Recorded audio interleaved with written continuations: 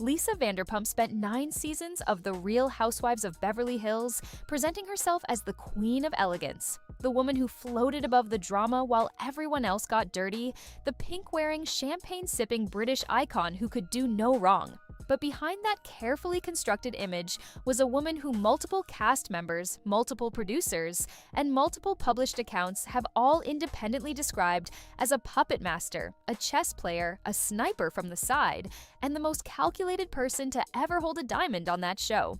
So we are going to go ahead and break it all down. Now I want to be clear about something before we dive in. Lisa Vanderpump has built a legitimate empire. The restaurants, the dog rescue, the philanthropy, Vanderpump Rules, all of it is real, and all of it took real work.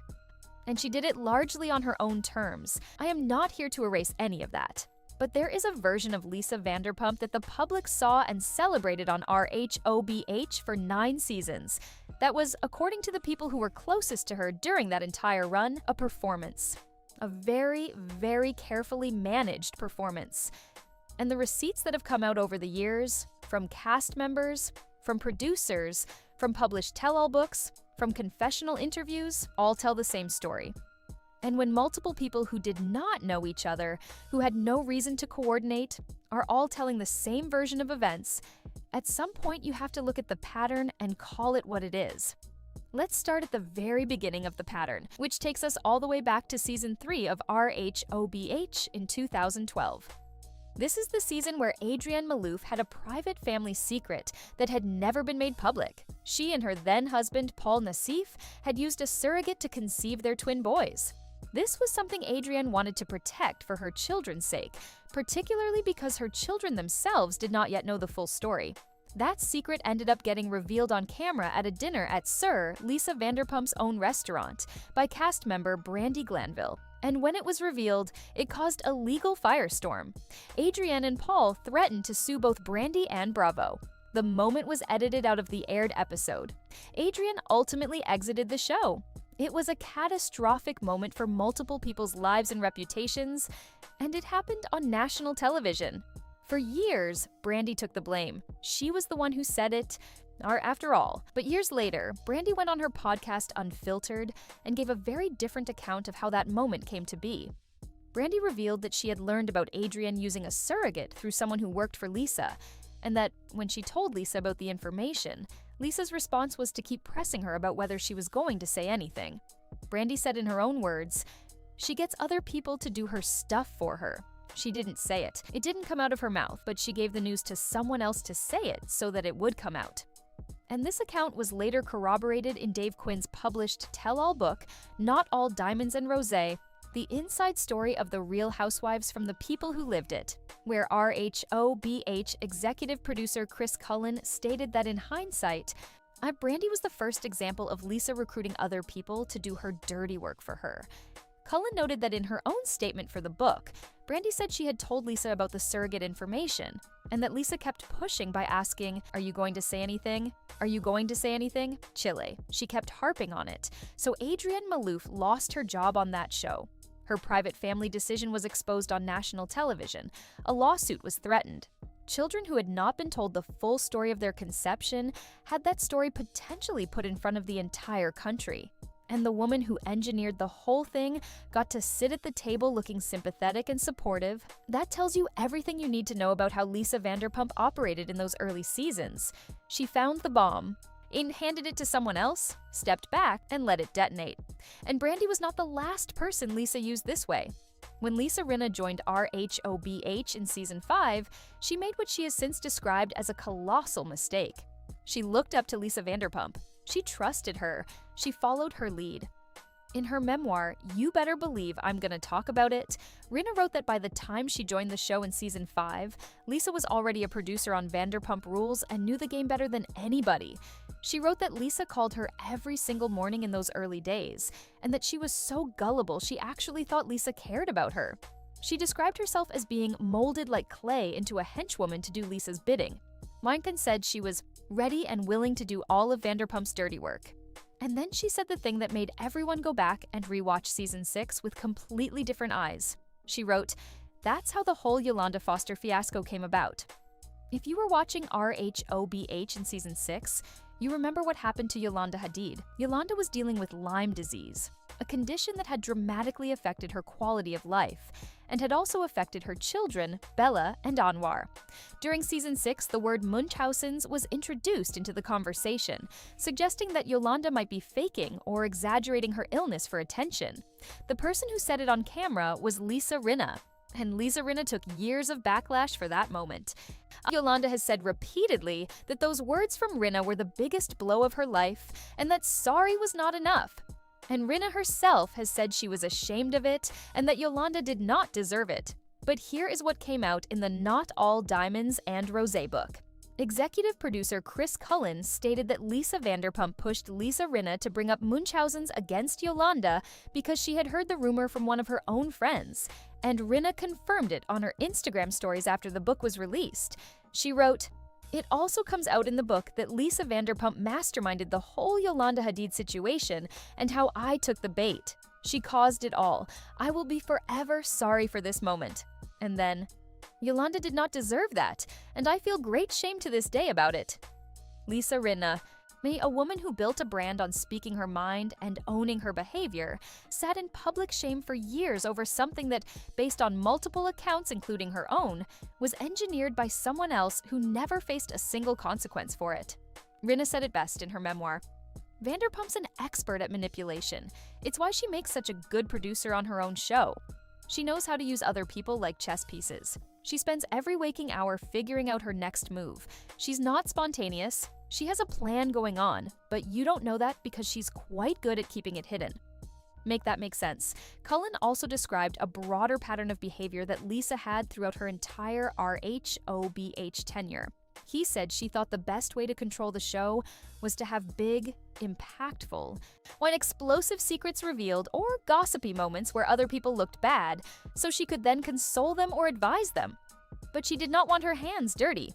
He said she had a reputation for manipulating and dropping her friends, but wanted to appear different on camera than who she really was. And Rinna later said in a separate interview that she looked back and recognized that she had been produced without knowing she was being produced. That is a damning thing to say about someone, especially when that someone is your co-star and not an actual producer. Now let's talk about season 9 and Puppygate, because this is the scandal that ended Lisa Vanderpump's time on RHOBH and is still being debated to this day. The basic facts are these. Dorrit Kemsley adopted a dog named Lucy Applejuice from Lisa's Vanderpump Dogs Rescue Center. The dog had behavioral issues, nipped at Dorrit's children, and Dorrit made the decision to give the dog to another owner rather than returning it to Vanderpump Dogs. That owner ultimately surrendered the dog to a shelter. Vanderpump Dogs was alerted when Lucy's microchip was scanned, and the rescue retrieved the dog. That should have been the whole story.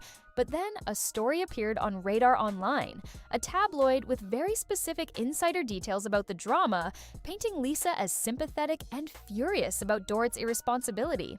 And because the details in that article were so specific, written almost in Lisa's voice, and included information that only Lisa and her team would have had access to, every single cast member came to the conclusion that Lisa was the source.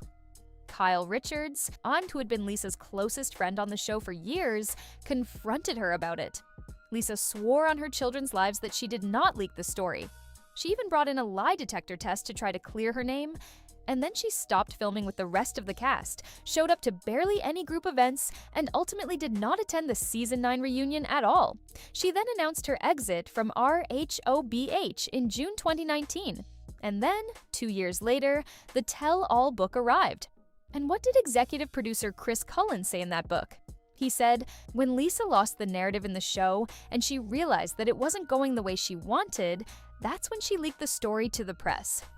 Evolution Media president Alex Baskin went even further, claiming that Lisa actually asked a producer to sit the cast down and tell them they needed to believe her when she denied the leak, but was told that was not something production would do. Lisa has maintained her innocence and has pointed to Radar Online's former editorial staff saying she was not their source. But multiple people inside the production of this show, including its executive producer, have said she did it. Both things cannot be true. And the evidence, based on who had access to those specific details and who stood to benefit from the story being framed the way it was framed, points in one direction. What is also telling is that Lisa did not go out in a blaze of glory and face her accusers.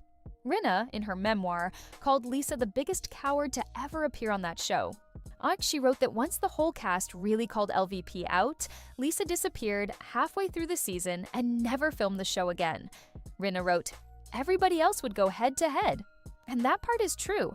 Every other woman who was ever accused of something on RHOBH, no matter how badly it went, showed up to defend herself. Teresa Giudice showed up after prison. Erika Jayne showed up while facing a $25 million civil lawsuit. Lisa ran, and leaving without facing the music at the reunion is exactly what you do when you know that sitting in that hot seat is going to expose things you cannot explain away. We also have to talk about the moment that Erika Jayne's assessment of Lisa became public knowledge, because that phrase has lived rent-free in this franchise forever. When Erika joined the cast in season 6, then she was new and observant. And during a conversation with one season cast member, Catherine Edwards, Erika warned Catherine about Lisa Vanderpump in very specific terms. She described Lisa as a sniper from the side. That phrase is so precise, it is almost clinical. A sniper from the side does not come at you directly. A sniper from the side stays out of the line of fire, positions themselves at an angle, takes their shot, and by the time you figure out where it came from, they are already gone, looking sympathetic. That is the operating model that multiple independent accounts have described Lisa using, season after season, on person after person. And Catherine Edwards later confirmed what she witnessed firsthand. She went on the Behind the Velvet Rope podcast and described a dinner scene at Erika's house where she witnessed Lisa receiving a text from production saying the dinner was boring and that something needed to happen. Lisa showed the text to Catherine and then manufactured a confrontation with Erika on the spot about the sniper comment.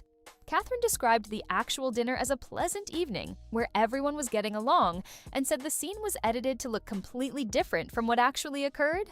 A one-season cast member witnessed the puppet master working in real time and went on record about it. That is significant because Catherine had nothing to gain and no axe to grind. She was done with the show. She just told the truth about what she saw. Now let's talk about the Vanderpump Rules dimension of all of this. Because that is where the other layer of the Lisa Vanderpump story exists. The one thing that is consistently true about Lisa across both RHOBH and Vanderpump Rules is that she operates differently depending on the power dynamic in the room. On RHOBH, she was technically a peer of the other women, which is why the conflict existed.